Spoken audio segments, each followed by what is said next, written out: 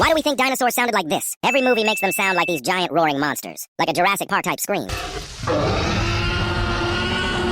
But apparently, that's probably not even close. Scientists think dinosaurs sounded more like birds, or deep rumbling sounds, and they figured this out by studying fossilized bone structures, and using computer models to simulate what they might have sounded like, not loud roars. So instead of this terrifying scream,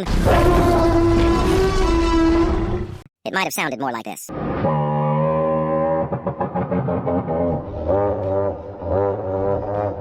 That's actually way more terrifying. Imagine hearing that in the dark.